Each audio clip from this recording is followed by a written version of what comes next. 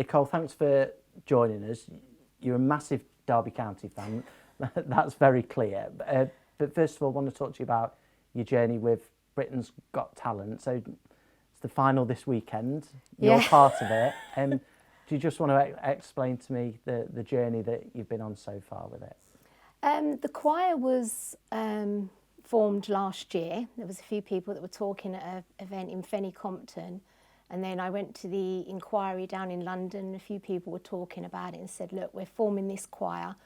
We've got 3 objectives, and they told me the objectives, which were to raise awareness of the plight that and the fight that we're fighting, to support each other, and to raise money for the 2 charities, the Horizon Scandal Fund and the Lost Chances. And they resonated with me so much, and the thought of just being with other people that have been through what I had and knew what life, and being with each other, I love that idea. And then it just escalated from there, and it got to the fact that we were being told that we've got an audition in Blackpool. You're now in the final. Yeah, don't remind me.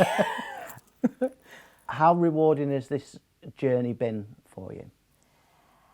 As a choir, we are over the moon at the public support we've had. It's amazing to know the public are behind us. We've got their support. And to have got this far, we never thought it would happen. We were amazed that we got through to the semis. So to get to the final is just dream comes true stuff. It's like bucket list stuff, really, isn't it? For me individually, the choir's given me the opportunity to be brave and to sort of to put myself and stand up and say, this is me. I was one of the 555 from Bates versus the Post Office. I was one of the Justice for Sub-Postmasters Alliance, and not ready to tell my story yet, but I'm being brave and saying this happened to me, which is what a lot of people still aren't doing. But the choir, the friendships and the support and love I've got from the choir has just been astronomical. I think there's 3 or 4 at least mums and sons in our choir, or mums and daughters, or children of sub-postmasters in our choir as well. So it's not just ex-sub-postmasters in the choir. There are the children of those that were affected, whose lives were affected by their parents being prosecuted and going to prison.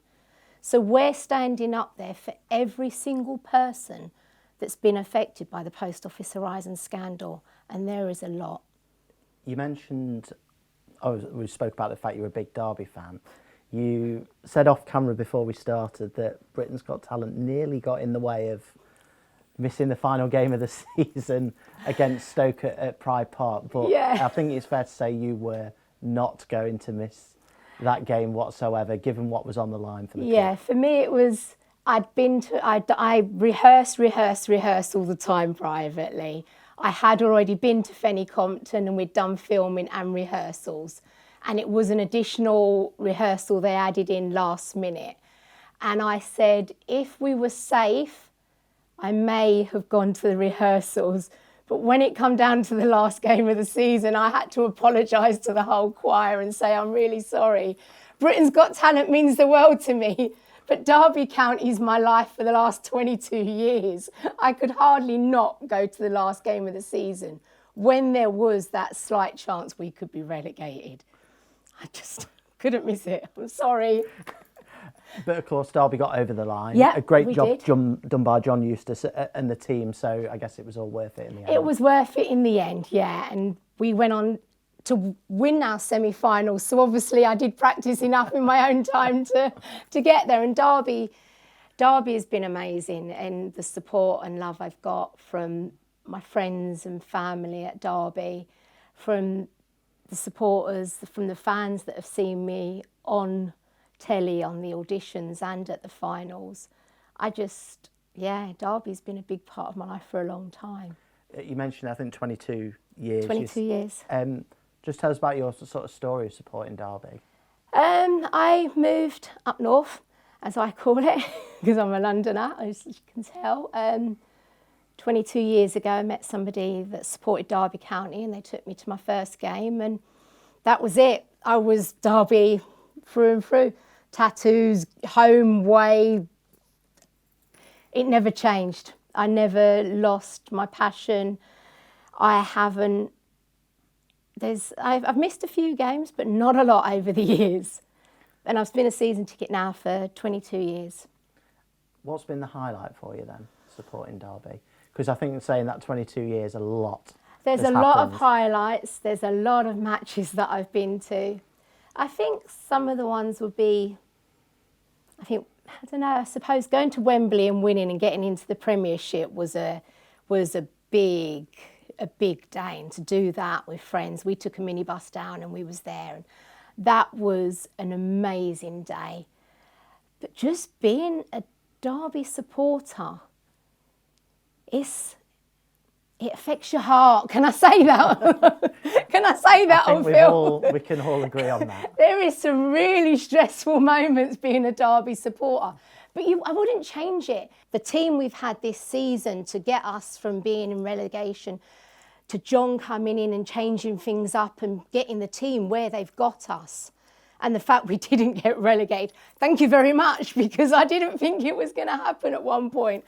I was scared we were going to be relegated. So I thank the current team we have, the current manager, to David for coming in and saving us.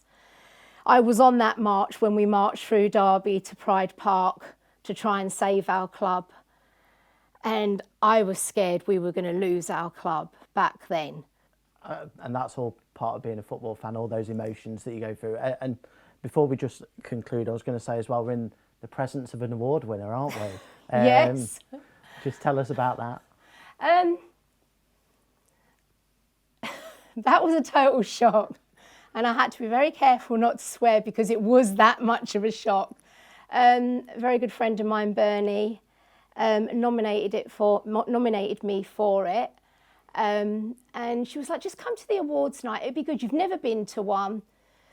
It'll be a good night out. It'll do you good, because I'd not been very well, and she knew that I could do with a bit of cheering up, and I'd been sort of very busy with Britain's Got Talent and stuff. So she'd come and have a night out, just the girls, and come for the evening. So I literally just threw on an outfit and came. And next thing I know, they were saying my name. It was like, what? Where did that come from? And I had no idea. Everybody says, well, you must have had an idea. I had no inkling. But yeah, my passion for Derby, along with all the stuff I've been going through with my health and Britain's Got Talent and the post office scandal, obviously, and losing my post office, it was like I finally had things to be positive about, and I was getting things to smile about. With the award at Derby County and that recognition, and going on Britain's Got Talent and the choir and the support and love. It was like two lots of my life were sort of starting to bring me joy again, and I've got things to smile about, which I haven't had for a while. I am truly grateful to everybody that's been there for me. And I'm a bit of a crybaby, and they always say to me, don't cry, Nicole, you can do this without crying. So I'm not going to cry today. Well done. Well, look, you've clearly got plenty to smile about, so hopefully there's more at the weekend. We wish you all the very best. Thank you. Thanks for coming in.